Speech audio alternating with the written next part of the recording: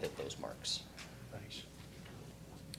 Okay, pedestrian bridge over Eldridge Park, or Yes. Campen Creek. Yes, with Mr. Ilya, there was a couple of tasks that we backed out of his scope, specifically number 4 and number 5, and are looking for a contract extension for him to be able to finish the work. I think the supplemental alludes to 10 working days once it's signed and delivered to the contractor. We'll be able to close out his design work, and then we'll move forward with their, if and when, to construction. And the contract comes down Yep. $900 in cost? Yep, yep, slight reduction. 5940 rather than 6840, able, identified a few tasks in-house we're able to do ourselves, so. Questions on that one? Okay, Wallace W. Street water line. Contract extension for 2011, and also the last one in regards to number 4 force main is an extension. Okay. On number 4 force main, the last one, there is some tracking for invasive species, as well as,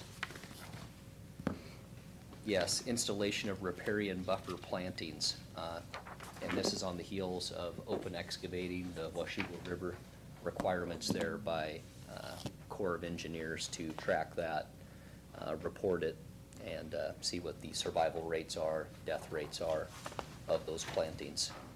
So what you see before you is a contract extension for number 4 force main, and then the ability to enter into a supplemental with Wallace to utilize the resource company to be able to provide that service. Yes. When will we be seeing information on what the city plans to do in regards to running the utility lines under E Street? I know that we currently are using reserves to pay for that project and that process. We were talking about either looking for a stimulus loan For the bond. or a bond.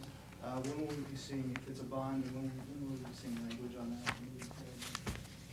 Well, I think we'll be bringing that in relatively short order, you know, in the next couple of months or so. We just need to get the bond guy, finalize that all. But I think that's the direction we're probably headed, because we didn't get. No, the U.S., our understandings at the staff level is that we weren't successful in being awarded the USDA loan for the E Street project. And so, right, we didn't qualify as far as hardship, reserves on hands, things like that. So conversation I've had with RJ and Jennifer in speaking to our bond underwriter is once the rates were considered and budget was approved, as far as our rating on the open market, where that would put us as far as good standing to be able to go towards a revenue bond or what type of bond we need to pursue. So we're working on that. So January, February, probably be back with a bond. Yeah, so I've worked It's with gonna have to be a bond. the project engineer as well, tracking the water line specifically that they're constructing, and then their submission on that for, to be reimbursed, obviously, or pay out. And it's, speaking with RJ, reserves on hand to be able to cover that on an interim spectrum before we actually entertain a bond. So we're covered on that currently. So USDA made the choice for us. They did. The choice that was before you will have to be We're made in, now. we're in too good a shape. It is what it is. It's good news to some degree. Yeah. Other items for Trevor? Nope. You're out of here. Okay. Items for myself, the only thing that I can think of that's pressing that you should already know about, this Saturday, Friday and Saturday, the Festival of Trees, and then the tree lighting ceremony on Saturday evening, between 6 o'clock, 6:30.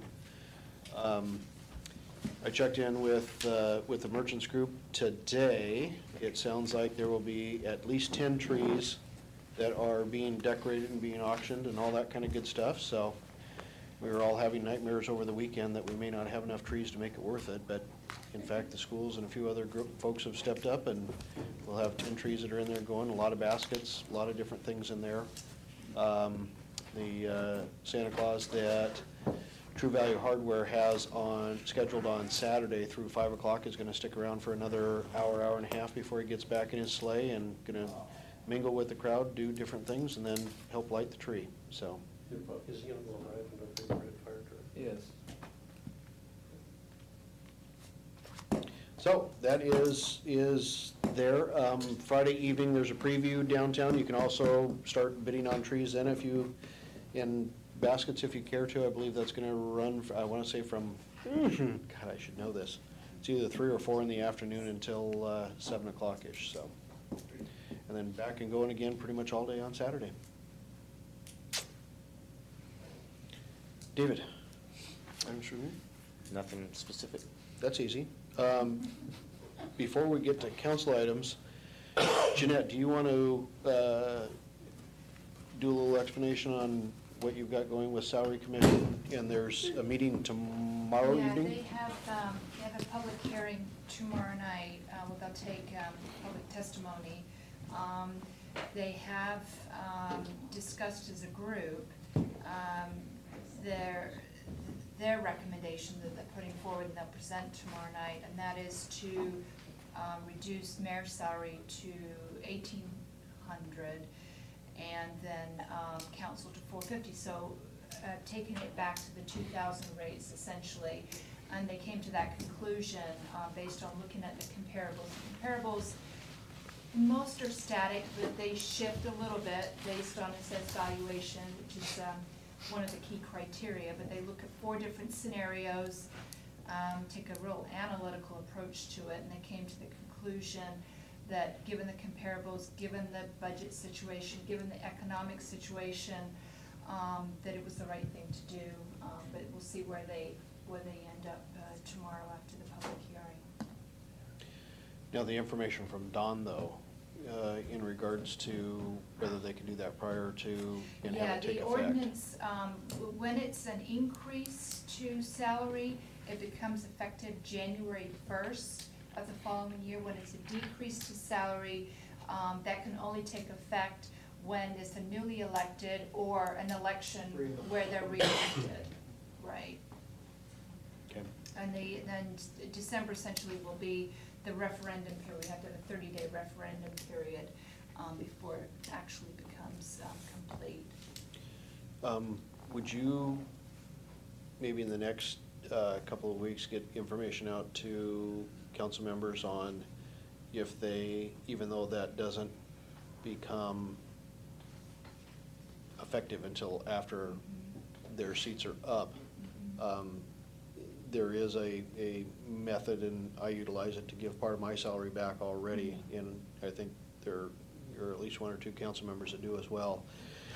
But if you can get information to the council members on if you choose to do that prior to your seat coming open and that becoming effective, there is a way for you to do it and turn it back so you're not taxed on it or anything else, and it literally just stays in the city's coffers instead. So even though it may not be effective until then, you can annually, you can elect to do that. While I'm not crazy about the reduction, I do anticipate that this will, that this is what the decision will be after the public hearing. And so I really like that idea, especially if we could all just give ourselves a decrease in salary as soon as possible. I mean, because honestly,